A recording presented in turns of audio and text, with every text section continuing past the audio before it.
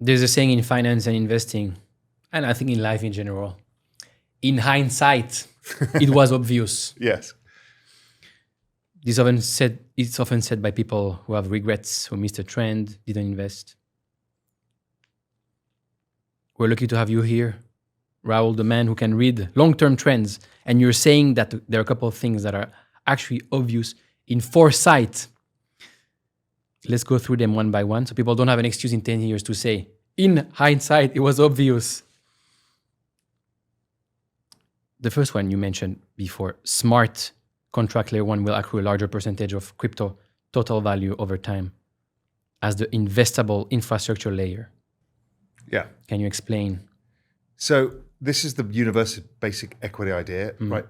For the first time, we've got a globalized infrastructure, digital infrastructure, unlike the internet, that we can participate in, that the AI and others will use, and we get to reap the benefits of them. Right? This is the trade-off we're giving to them taking part of our knowledge work away, is they're going to give us the ability to make money from their economy that they create. Over time, the layer ones, people don't understand this, is the layer ones, if you think of all big networks that are important for infrastructure, whether it's operating systems, whether it's cloud, all of that, there's basically 3 to 4 main players. Then there's a bunch of specialists, and then there's a tail of stuff. But it really accumulates to 3 or 4 to 5 people. This will be the same. So it's going to be around 3, 4, 5 chains as layer ones. Then there'll be specialists, like Hyper's a specialist.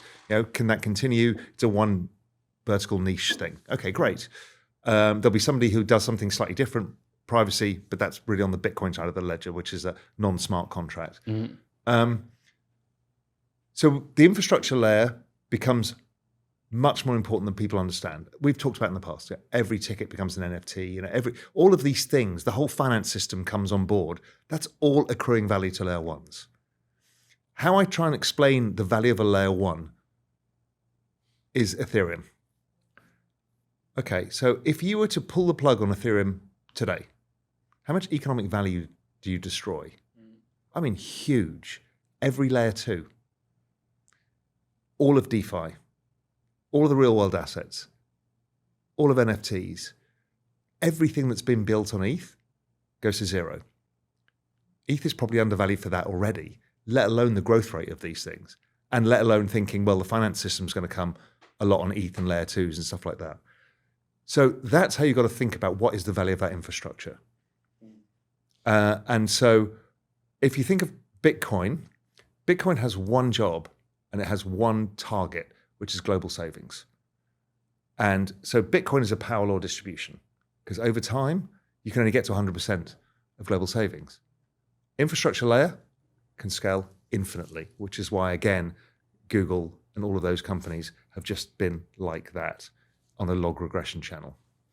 So that means for you that the layer 1, whichever you choose, ETH, Sol, SUI, should be a majority of your portfolio. Yeah, and I still think, I've done a lot of work, I just presented this SUI Live about this, is for me, and I know I'm biased because I'm on the board, but this is from deep analysis, it is clearly ETH has the largest amount of economic and intelligence density of any of these.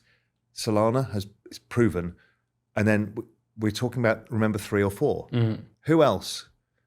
The only one through the analysis that I got to was SUI, because it has more TVL per user than Solana does, and it's a lot younger. And when the market fell 80%, it didn't lose any economic density. In fact, maintained it. There was only 3 tokens that maintained economic density: ETH, Solana, SUI. And when you look at SUI on a bunch of other bases, you've got the output of intelligence because it's programmability, the speed, and all of this stuff.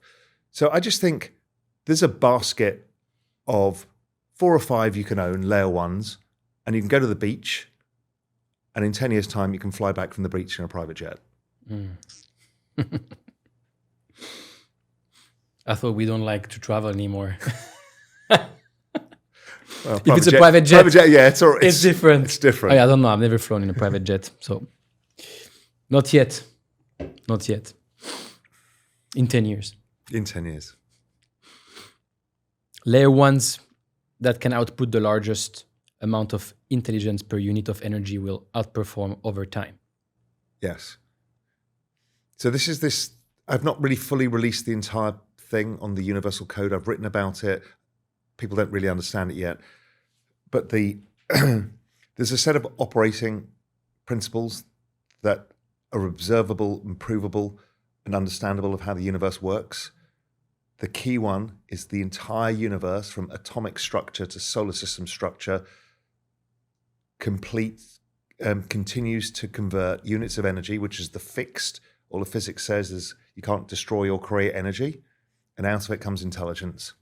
We're part of that process, and AI is part of that process.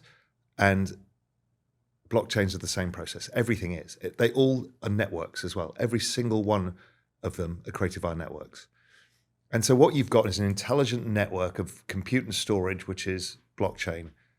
And money, as we talked about, why does NVIDIA get more money than anybody else? Because they're creating more intelligence output than any other company on Earth right now. Why is Anthropic doing it? Because they're producing more intelligence output. It happens literally everywhere. Why is the NASDAQ outperformed? Once I discovered this universal code, I see it everywhere in everything. It's the organizing principle of the universe. And what you find is all geopolitics is based on it. All of what human activity is based on it. Everything is based on it. So that's what this is about, is anything with more intelligence does well. How can you measure that for a layer one? To know which one you should bet on or which ones you should bet on? So intelligence comes in many forms. Firstly, intelligence of human capital. How many builders, programmers, developers? Then what is the programmability and efficiency of that programmability? How fast does that blockchain convert energy into programmable outcomes? So ETH in this case is actually not great, but ETH wins massively for the number of developers and economic density, the Lindy effects, the security, all of that, right?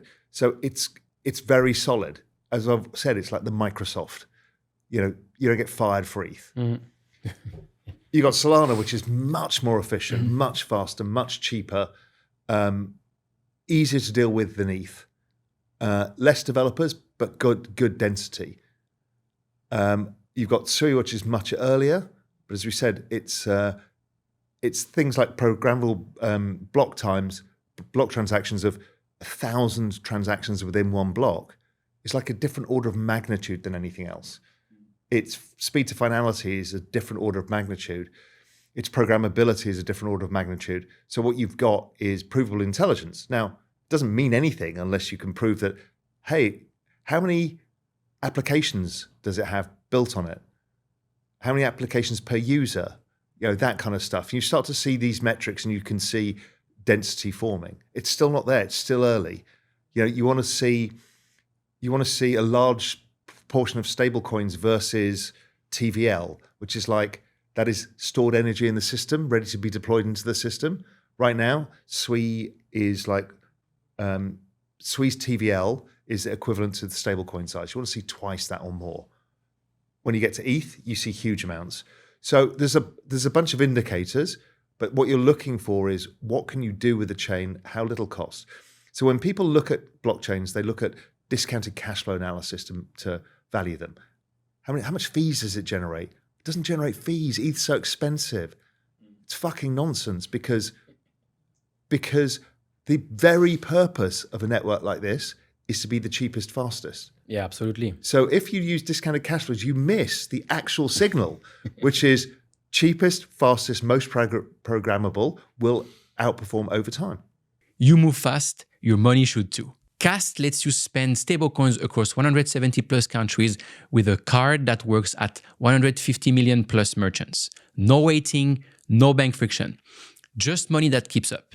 KAST, keep it stable. Check the link in the description to learn more.